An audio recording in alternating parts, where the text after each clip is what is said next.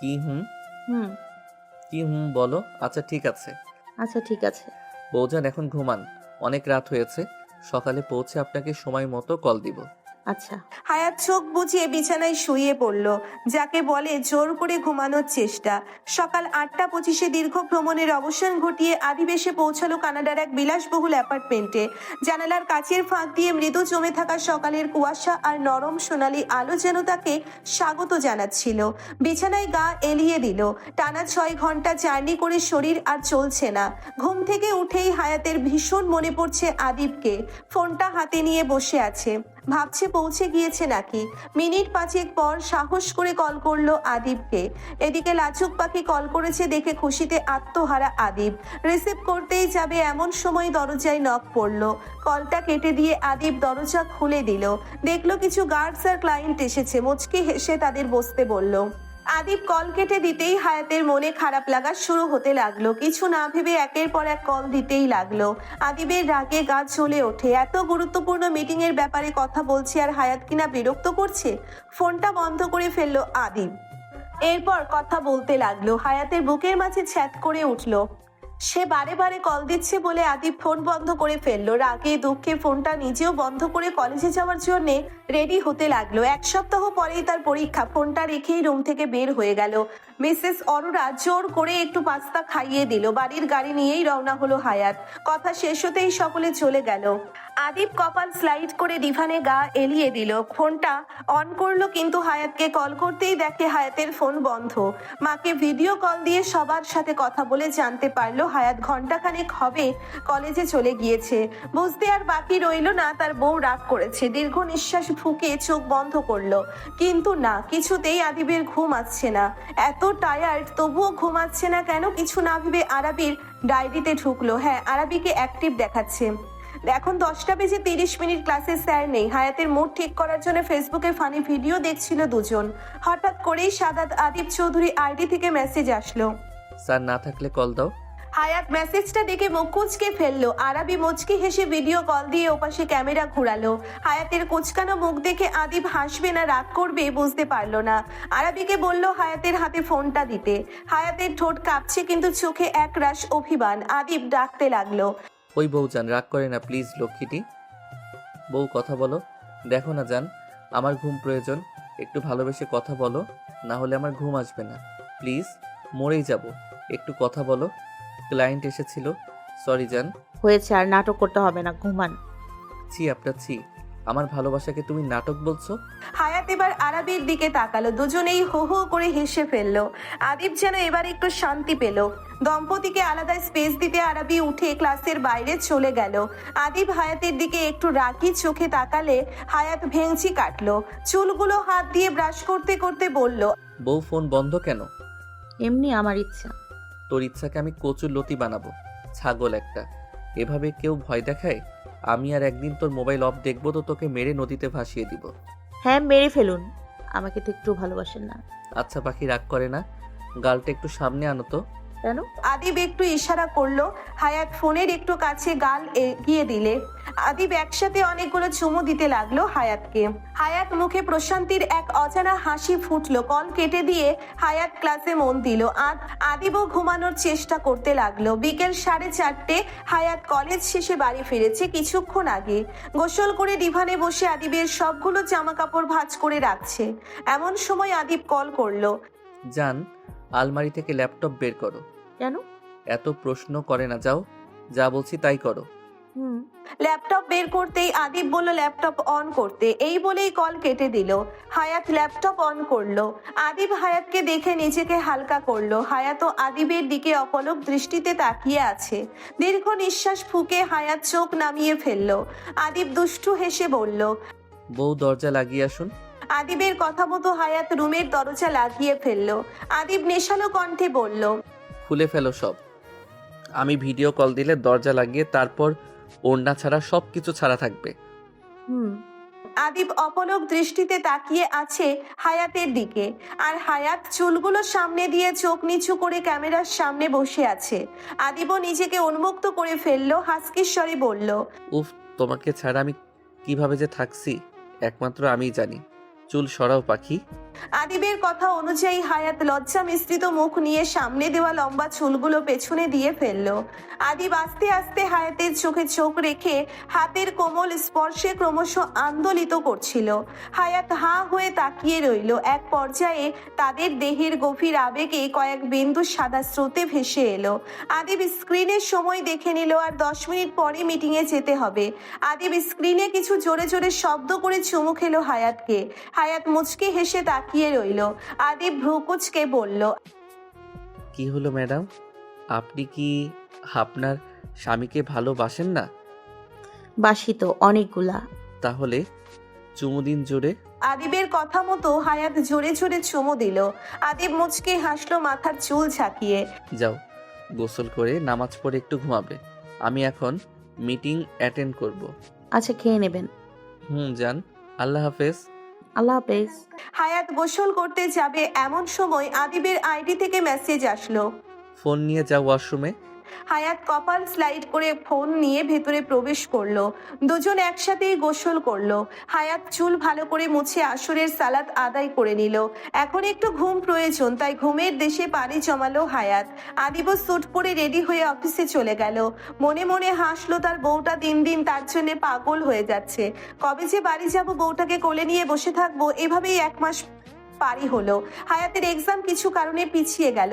মন দিয়ে পড়াশোনা করছে সে। একদিন সন্ধ্যা 6টা, হায়াত ঘুমের মধ্যেই কেমন করে উঠলো। ধরপড়িয়ে উঠে বসে পড়লো, মুখে আওড়ালো। আমার আব্বু, আব্বু, আব্বু তো তোমার কিছু হবে না বলেই হাউমাউ করে কাঁদতে লাগলো। আদিবের মিটিং শেষ করে ঘন্টাখানেক ঘুমিয়েছে। এখন উঠে পরপর 9টা কল দিল হায়াতকে, কিন্তু হায়াত রিসিভ করছে না। চিন্তা হতে লাগলো খুব। নূপুরকে কল দিল হায়াতকে ফোনটা দিতে, কিন্তু নূপুর জানালো হায়াত দরজা খুলছে না, কান্নার আওয়াজ আসছে শুধু।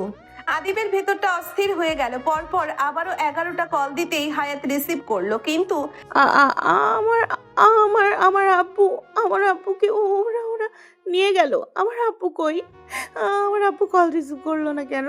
আমার আব্বু কোথায়? সিম বন্ধ কেন? আদিব যেন কথা বলতেই ভুলে গেছে। হায়াত কি বলছে এসব, ও এমন করছে কেন? ততক্ষণে মিসেস অরোরা আদিবকে কল দিয়ে জানালো হায়াতের বাবা খানিকক্ষণ আগেই মারা গিয়েছেন। ওকে বলার সাহস পাচ্ছে না কেউ। বাপ ওকে আমরা কিভাবে সামলাবো? ও জানলে সহ্য করতে পারবে না। আদিব যেন আবারও স্তব্ধ হয়ে গেল। চোখের সামনে ভেসে উঠলো হায়াতের বাবার মায়া ভরা বুকটা। হায়াতকে কল দিল আদিব। হায়াত ততক্ষণে রুমের দরজা খুলে দিয়েছে। নূপুর এসে দুধ দিয়ে গিয়েছে। হায়াতের বারবার ওই স্বপ্নটার কথাই মনে পড়ছে, কিন্তু কেউ কল রিসিভ করছে না কেন? আদিবও কল কেটে দিল কেন? হায়াতের মাথায় ব্যথা করতে লাগলো।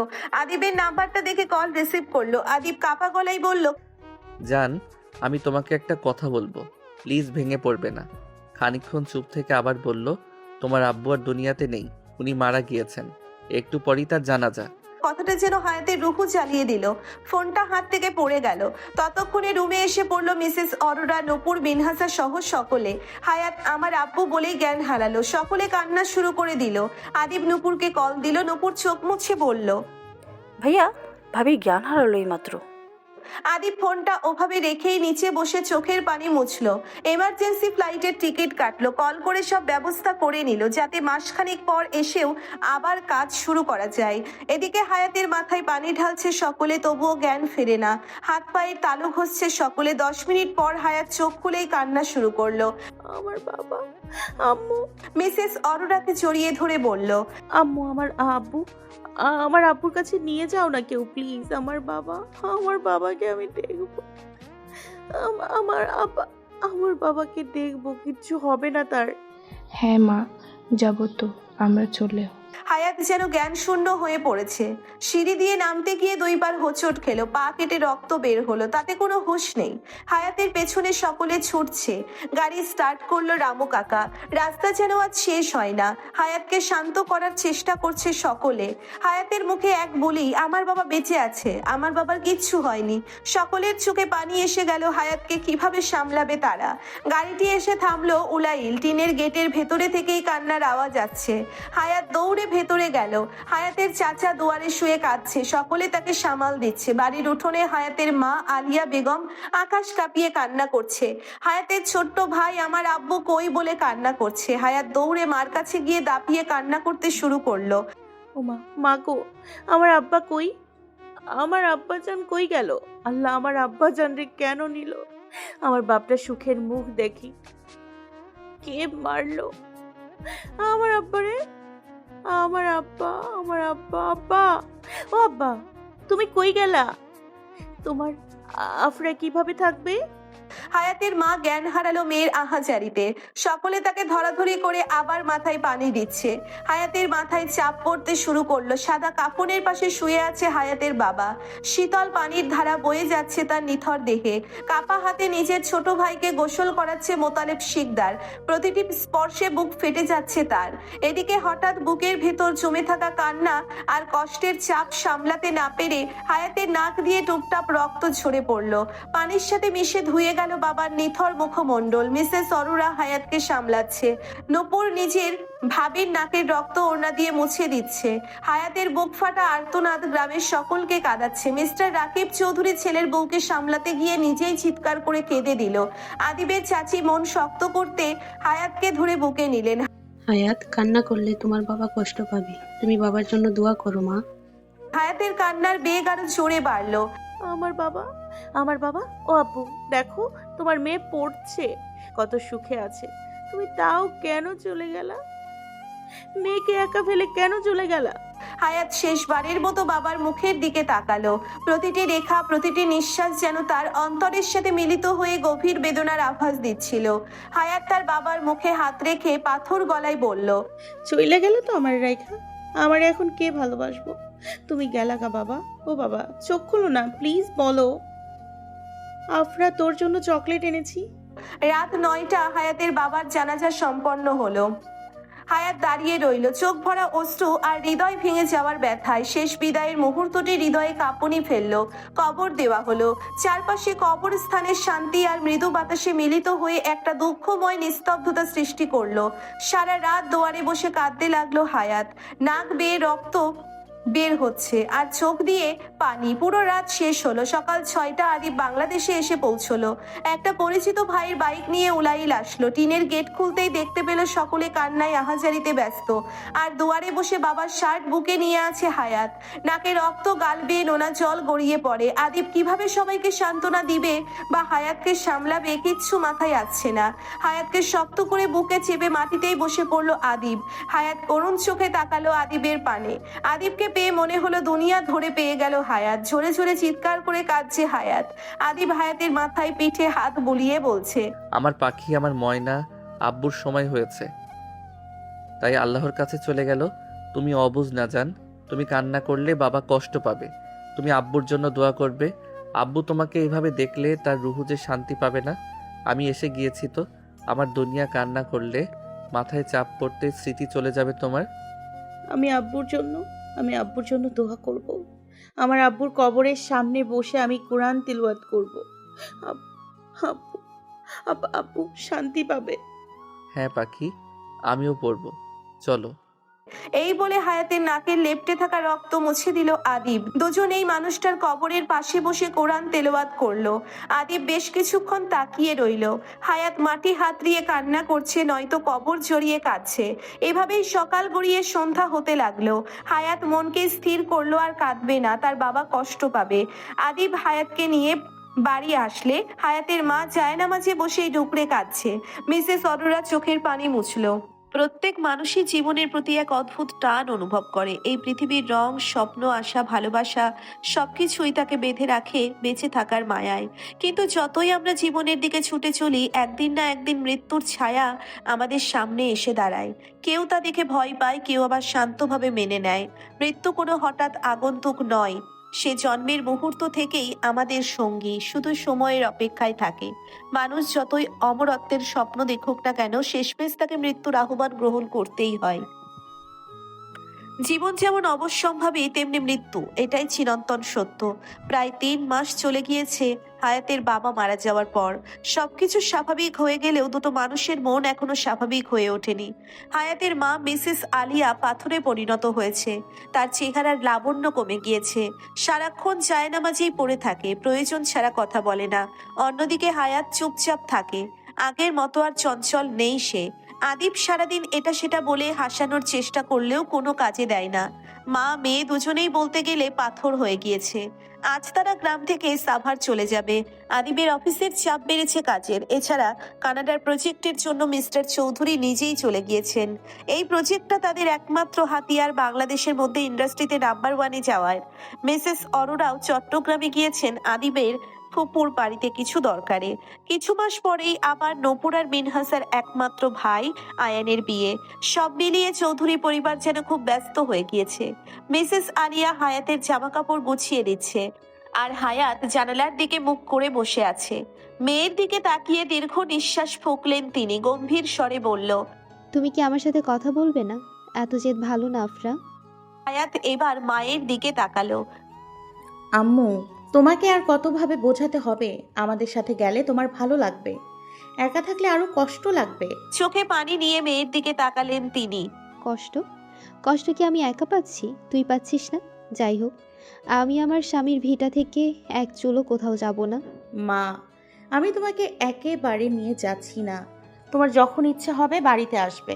এটা হয় না আফরা। আমি জানি তোর শ্বশুরবাড়ির সকলে কত ভালো, তাই বলে কি আমি মেয়ের শ্বশুরবাড়িতে উঠবো? সমাজ কি বলবে সেটা একবারও ভাবছিস না? আচ্ছা ঠিক আছে, তোর কথা আমি যেন আগের মতো স্বাভাবিক হয়ে উঠি, তাই তো? বেশ, আমি আগের মতো হয়ে যাব, তবুও তোর সাথে যাওয়া সম্ভব না মা। হায়াত যেন মায়ের কথা কিছুই বুঝতে পারল। ছোট্ট নিঃশ্বাস ফুঁকে মাকে জড়িয়ে ধরলো। খানিকক্ষণ মায়ের বুকে মুখ লুকিয়ে কান্নাও করলো। আলিয়া বেগম পরম যত্নে মেয়ের চোখের পানি মুছে দিলেন। এমন সময় ঘুরে প্রবেশ করলো আদিব। শাশুড়িকে দেখে স্মিত হেসে বলল, আম্মু আমি বলছি চলুন না। না বাবা, সম্ভব না। আমি বলছি তাও যাবেন না? আমার কথাও কি রাখবেন না? আচ্ছা বেশ, আমি তোমার ভাইয়ের বিয়েতে রাব্বিকে নিয়ে যাব, তখন না হয় বেশ কিছুদিন থেকে আসব। কথা দিলাম তোমাকে বাবা। আচ্ছা আম্মু, রাব্বির আগামী 9 মাসের পরীক্ষা ফি বেতন সব দিয়ে এসেছি, কোনো সমস্যা নেই। আর যা প্রয়োজন হবে আপনি আপনারই ছেলের কাছে চাইবেন। ইনশাল্লাহ আমি আপনার ছেলে কখনো কোনো অভাব দেখতে দেব না। আলিয়া বেগম চোখের পানি মুছে বিছানায় বসলেন। তারপর আদিবের পাশে বসতে বললেন। স্মিত হেসে আদিবের মাথায় হাত বুলিয়ে দিলেন। এই 3 মাসে আদিব পরিস্থিতি অনুযায়ী সব দিকে দেখছে। আসলেই সে মেয়ের জামাই না, বরং নিজের ছেলের জায়গা থেকেই সবকিছু করেছে। মিসেস আলিয়ার চোখের পানি হলো সেই প্রাপ্তির পানি।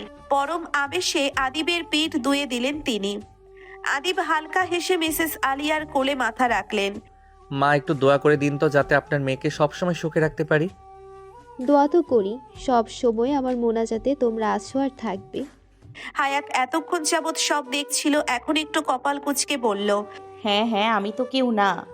আমাকে কি একটু আদর করা যায় না? সব আদর ওনাকেই করছো। আদিব ফাজলামো করে বলল। ছি বউ, তোমার মনে এত হিংসা, ভেরি ব্যাড হায়াতি। কিছুক্ষণ কথা বলে আলিয়া বেগম ঘর থেকে বের হয়ে গেল। আদিব একটু পর হায়াতের পাশটায় বসলো। হায়াত মাথা নিচু করে এফবি স্ক্রল করছিল। আদিব হায়াতের হাত নিজের হাতের ভেতর পুরে নিল। হায়াত আদিবের দিকে তাকালো। সে মুচকি হেসে লাজুক পাখিকে জড়িয়ে ধরলো। কানের কাছে ফিসফিস করে বলল, বউ বাসায় গিয়ে আমরা একটা নতুন গেম খেলবো, ওকে? কেমন গেম? বাসায় চলো, আমি বোঝাবো।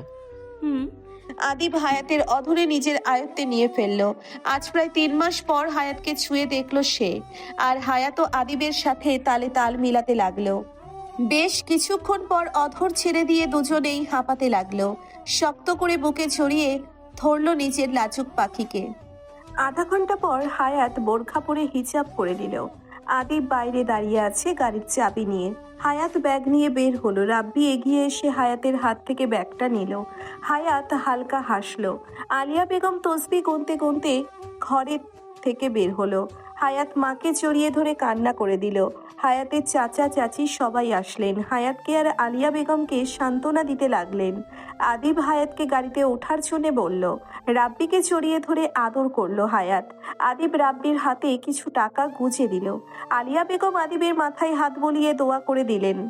সকলের কাছ থেকে বিদায় নিয়ে গাড়িতে উঠল দুজন। বিকেলের শেষ আলোয় ভিজে থাকা গ্রামের সরু কাঁচা পথ বেয়ে গাড়িটি ধীরে ধীরে এগোতে লাগলো। দুপাশে ছড়িয়ে থাকা সবুজ ধান ক্ষেত, মাঝে মধ্যে গাছের ফাঁক দিয়ে উকি দেওয়া মাটির বাড়িঘর আর দূরের টালিমারা ছনের চাল, সবকিছু যেন এক শান্ত মায়াবী ছবির মতো ভেসে আসছিল। জানালার পাশে হায়াত গা এলিয়ে বসে গভীর মনোযোগে বাইরের দৃশ্য দেখছিল। তার চোখে ছিল এক অদ্ভুত মিশ্র অনুভূতি, হয়তো স্মৃতি, হয়তো অজানা কৌতূহল। আর ঠিক তার পাশেই বসে থাকা আদিব নীরবে বারবার হায়াতের দিকে তাকাচ্ছিল, যেন প্রতিটি দৃষ্টিতে সে কিছু বলতে চাইছে, কিন্তু কথাগুলো ঠোঁট পেরিয়ে আসছে না, শুধু চোখের ভাষায় বয়ে যাচ্ছে। ড্রাইভিং করতে করতে হায়াতের হাত এক পর্যায়ে নিজের হাতের মুঠোতে নিল। হায়াত তাকালো, আদিব মায়া ভরা চোখে তাকালো। হায়াত একটু নড়ে চড়ে বসলো, কিছু একটা ভেবে প্রশ্ন করলো। আচ্ছা, আব্বু যেদিন মারা গেল সেদিন আপনি আসলেন কি করে? ইমার্জেন্সি ছুটিতে এসেছিলাম। ও, আর অফিসের ওনারা কিছু বললো না আপনাকে কিছু? না বউ, তোমাকে এত কিছু নিয়ে ভাবতে হবে না। হুম। রাত ঠিক 8টায় গাড়িটির ব্রেক চেপে থামিয়ে দিল আদিব। ঠিক তার পাশেই বিভোর হয়ে ঘুমোচ্ছে হায়াত। অন্ধকারে মোড়ানো শহর তখন প্রায় নিস্তব্ধ, কেবল দূরে কোথাও ছিছি পোকার একঘেয়ে ডাক আর বাতাসে দুলে ওঠা গাছের পাতায় মৃদু শব্দ শোনা যাচ্ছিল।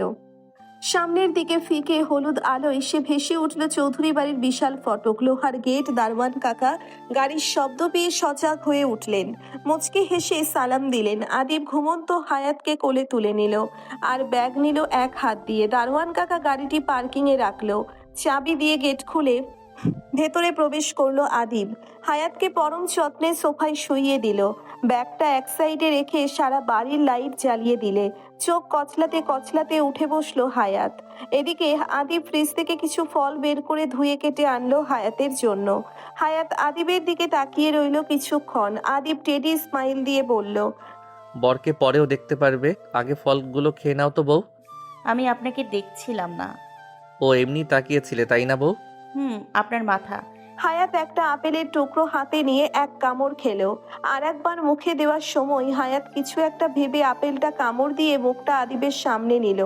আদিব দুষ্টু হেসে নিজেও মুখ এগিয়ে নিয়ে আপেলটা খেয়ে হায়াতের ঠোঁটে নিজের ঠোঁট পুড়ে নিল। বেশ কিছুক্ষণ তারা এভাবে এই খেলায় মাতিয়ে নিল নিজেদের। খাওয়া শেষ করে হায়াত ব্যাগ নিয়ে সিঁড়ি দিয়ে ওপরে চলে গেল, আর আদিব দরজা আটকিয়ে দিল সারা বাড়ির। সিঁড়ি দিয়ে ওপরে ওঠার সময় সামান্য হোঁচট খেলো, বুড়ো আঙ্গুলটায় বেশ লাগলো, যার ফলে রক্ত বের হলো। তবে আদিবের ব্যথা পাওয়া নিয়ে কোনো মাথা ব্যথাই নেই, সে আছে অন্য চিন্তায়। আজ বাড়িটা কেমন ভারী ভারী লাগছে, যেন মনে হচ্ছে কেউ আছে। এসব ভাবতে ভাবতেই হঠাৎ ওপরের রুম থেকে হায়াতের চিৎকার ভেসে আসলো। আদিব দৌড়ে রুমে আসলো। রুমে এসে অবাক হয়ে তাকালো হায়াতের দিকে। হায়াত জানালার ওপর উঠে দাঁড়িয়ে আছে, আর একটা ধবধবে সাদা মোটা পার্সিয়ান বিড়াল ফ্লোরে বসে আছে। আদিব অবাক স্বরে হায়াতকে জিজ্ঞেস করলো। পাখি, তুমি কি এই বিড়ালটাকে ভয় পাচ্ছ? হায়াত কাঁপা কাঁপা গলায় বলল, হ্যাঁ, এটাকে সরান প্লিজ, আমার অনেক ভয় লাগে বিড়াল দেখলে। আদিব হো হো করে হেসে দিল। বিড়ালটাকে কোলে নিয়ে ব্যালকনিতে গিয়ে নামিয়ে দিল। বিড়ালটিও সুন্দর দোলনায় চড়ে বসলো। আদিব একটা টোনা ফিশ লেখা প্যাকেট নিয়ে ওটা বিড়ালটিকে বের করে খাইয়ে দিতে লাগলো আনমনে। এদিকে হায়াত জানালা থেকে নেমে আস্তে আস্তে ব্যালকনির কাচের গ্লাসটার সামনে দাঁড়ালো। আদিবের কাণ্ড দেখতে লাগলো। আদিব হায়াতকে দেখে মুচকি হেসে এক হাত দিয়ে চুলগুলো ব্রাশ করতে লাগলো। বউ, ও কিছু করবে না, আর এটা ভ্যাকসিন দেওয়া, ভয় নেই, আসো। না না না, দরকার নেই, আমার অনেক ভয় লাগে ছোটবেলা থেকে। আচ্ছা, এটা কার মিউ? এটা আমার মিউ। আমি অনেক দিন আগে একটা পেজ থেকে নিয়েছি, এতদিন মিনহাজের কাছে ছিল। আজ তো ওরা গ্রামে গিয়েছে, তাই আমার রুমে রেখে গিয়েছে। ও, বুঝতে পেরেছি। কিছু খাবে তুমি জান? আচ্ছা, এটার নাম কি? ওর নাম ক্লিও। বাহ, অনেক সুন্দর নাম তো। যাই হোক, বিড়ালটা মানে ক্লিও দেখতে কিন্তু অনেক সুন্দর, কিন্তু কিন্তু আমি ওকে কখনো কোলে নিব না, আর ওকে কিন্তু দূরে রাখবেন আমার থেকে, বলে দিলাম। আরে পাখি, চিন্তা করো না, আমি তোমাকে বিড়ালকে কোলে নেওয়া শিখিয়ে ফেলবো, চলো। আদিব হায়াতের কাঁধ আগলিয়ে ডিভানে নিয়ে বসিয়ে দিল। হায়াতও বাধ্য মেয়ের মতো বোরখা আর হিজাব খুলিয়ে বসে পড়ল।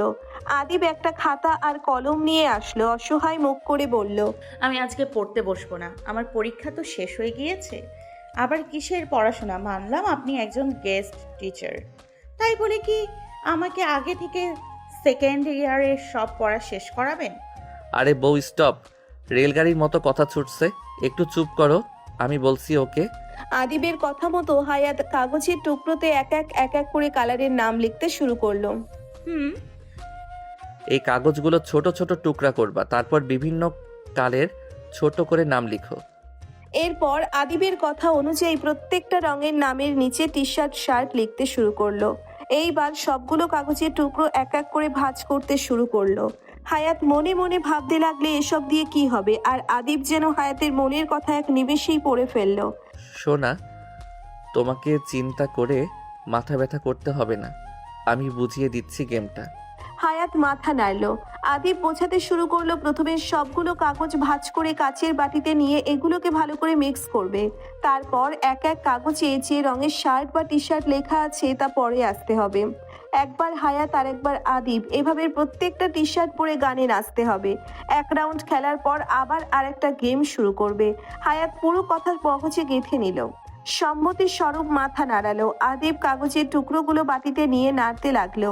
এরপর হায়াত একটা চিরকুট ওঠালো, সেটার ভাঁজ খুলতেই চোখে ঝলমল করলো, সেটাতে স্পষ্ট লেখা অ্যাশ কালারের শুধু শার্ট পরে কামলি কামলি গানে নাচতে হবে এবং 56টা চুমু খেতে হবে শরীরের সব জায়গায়, তাও নাচের মধ্যে। হায়াত আদিবের দিকে তাকালো। আদিব ইশারা করলো আলমারি থেকে শার্ট নিয়ে পড়তে। হায়াত পা টিপে টিপে আলমারি থেকে একটা শার্ট বের করলো আর সেটা পরলো। আদিব হা হয়ে তাকিয়ে আছে হায়াতের দিকে। এই লোকে আজ তাকে একটু বেশি আবেদনময়ী লাগছে। হায়াত চুলগুলোকে উঁচুতে বেঁধে নিল। শুধু শার্ট পরে আছে সে, যা হাঁটু অবধি লম্বা। আদিব টিভিতে কামলির সং চালিয়ে দিল। হায়াত নাচতে শুরু করলো আর আদিব তা ভিডিও করছে। হায়াত এক পর্যায়ে আদিবের কাছে আসলো। টিভিতে গান বাজছে আর সে আদিবের একটা একটা বোতাম খুলছে। আদিব শুকনো ঢোক গিলতে শুরু করলো। হায়াত আদিবের বুকে একটা চুমু খেলো। অতঃপর গালে চুমু দিয়ে আস্তে আস্তে পেটের কাছটা এসে চুমু খেয়ে করুণ চোখে তাকালো আদিবের দিকে। হায়াত এক পর্যায়ে আদিবের উদরের নিচে আস্তে করে চুমু খেলো আর আদিব হায়াতকে চেপে ধরলো। আর তখনই টিভিতে গান বেজে উঠলো রাত কানে সাভি। আদিব হায়াতকে কোলে করে বিছানায় নিয়ে গেল। পাখির পরনের শার্টটা খুলে ফ্লোরে ছুঁড়ে মারলো। হায়াত ড্যাব ড্যাব করে চেয়ে আছে আদিবের দিকে। আর ততক্ষণে আদিব হায়াতের অধর নিজের অধরে পুড়ে নিল আর হাত বিচরণ করতে লাগলো পুরো শরীর জুড়ে। হায়াতের গায়ের লোম দাঁড়িয়ে উঠল। সামান্য কেঁপে ওঠে সে। অনেক দিন পর শখের পুরুষদের ছোঁয়া পেয়ে আবেশে মাতোয়ারা হয়ে গেল হায়াত। আর আদিব জোরে জোরে অধরের স্বাদ নিতে মরিয়া। আদিব হায়াতের হাত বেল্ট দিয়ে বেঁধে নিল। হাঁসফাঁস করতে লাগলো হায়াত। আদিব মুচকি হেসে হায়াতের সর্বাঙ্গে মধু ঢেলে দিল। আস্তে আস্তে রসনা দিয়ে লেহন করতে লাগলো। খানিক সময় পরপরই হায়াত কেঁপে কেঁপে ওঠে। আদিব হাসকি স্বরে বলল, tonight I will savour the sweetness through honey, tell me are you ready my love? Hayat চুপ করে আছে, যার মানে সম্মতির লক্ষণ। বেশ কিছুক্ষণ আদিব সারা শরীর জুড়ে রসনা দিয়ে লেহন করতে লাগলো। এরপর আত্মার আকাঙ্ক্ষিত কামনা চালিয়ে যেতে থাকলো আর হায়াত পরম আবেশে চোখ বন্ধ করে তৃপ্তি নিতে থাকলো। আদিব হাসকি স্বরে বলল, wifey, tonight I will be really intense, so please handle me carefully. Hayat চোখ খুলে আদিবের দিকে তাকালো। দুষ্টু মাখা স্বরে বলল, অবশ্যই 8 মাসের মতো হতে চললো, আপনাকে সামলাচ্ছি, প্রবলেম নেই। বিসমিল্লাহ। It feels so good, slowly please যান। এভাবেই রাত 9টা বেজে যাওয়া অবধি তাদের আত্মার সংযোগ চলতে থাকলো। হায়াতকে বুকে জড়িয়ে ল্যাপটপে কাজ করছে আদিব। হায়াত ঘুমের রাজ্যে পাড়ি জমিয়েছে সেই কখন। আদিব হায়াতকে ভালো করে শুইয়ে দিল। খানিকক্ষণ আগে এই দুজন গোসল করে এসেছে। আদিব পানি আনতে নিচে নামলো। ঠিক সেই মুহূর্তে মা বাবার রুম থেকে অচেনা আওয়াজ এলো। মৃদু পায়ে দরজার পাশে দাঁড়িয়ে সে দেখলো এক চোর আলমারির লক ভেঙে সব গহনা আর টাকাগুলো নিজের ব্যাগে ঢুকাচ্ছে। হায়াতও তখন আদিবকে খুঁজতে নিচে নামছিল। সে আদিবকে সেই অবস্থায় দাঁড়িয়ে থাকতে দেখে মুখ খুলে কিছু বলতে যেতেই আদিব দ্রুত তার মুখ চেপে ধরলো। হায়াতের কানের কাছে ফিসফিস করে বলল, একদম কথা বলবে না, যা দেখবে তাতে একটু চিৎকার করবে না, ওকে? হায়াত মাথা নাড়ালো। আদিবের কথা মতো মায়ের রুমের দিকে তাকিয়ে বেচারি হা হয়ে গেল। আতকে উঠল সে আর আদিবের হাতে জোরে কামড় দিয়ে ফেললো। আদিব মৃদু আওয়াজ করলো, আহ পাখি, এভাবে কেউ কামড় দেয়? আদিব হায়াতকে ধীরে ধীরে ছেড়ে রুমের মধ্যে ঢুকলো। চোরের দিকে তাকিয়ে চোখে রাগের অগ্নি জ্বলে উঠল। এক মুহূর্তের হেসিটেশন নেই। আদিব মুহূর্তের মধ্যে চোরের নাক বরাবর ঝড়ের মতো ঘুষি মারল। চোর হকচকিয়ে পিছনে লাফ দিল। ব্যাগের মধ্যে থাকা গহনা ছিটকে পড়ল। রুমে উত্তেজনার বীজ ছড়িয়ে পড়ল। হায়াত চিৎকার করতে চাইল, কিন্তু আতঙ্কে সে স্থির হয়ে রইল। চোখে ভয়ের ছাপ। আদিব দ্রুত চোরের দিকে এগিয়ে গেল, যেন কোনো রকম কৌশল ছাড়াই তাকে আটকাতে চায়। চোর এখনো হকচকিয়ে ছিল, আর রুমের মধ্যে ভয় ও উত্তেজনা একত্রে ঘন হয়ে উঠল। আদিব তার চোখে কঠোরতা বজায় রেখে এগিয়ে গেল, আরো কয়েকখানা ঘুষি মারলে আর হাত বাড়িয়ে চোরকে আটকাতে চাইল। হায়াত তখন পেছনে দাঁড়িয়ে রীতিমতো শ্বাসরুদ্ধ অবস্থায় দৃশ্যটি দেখছিল। চোরটা আদিবের পায়ে ধরে বলল,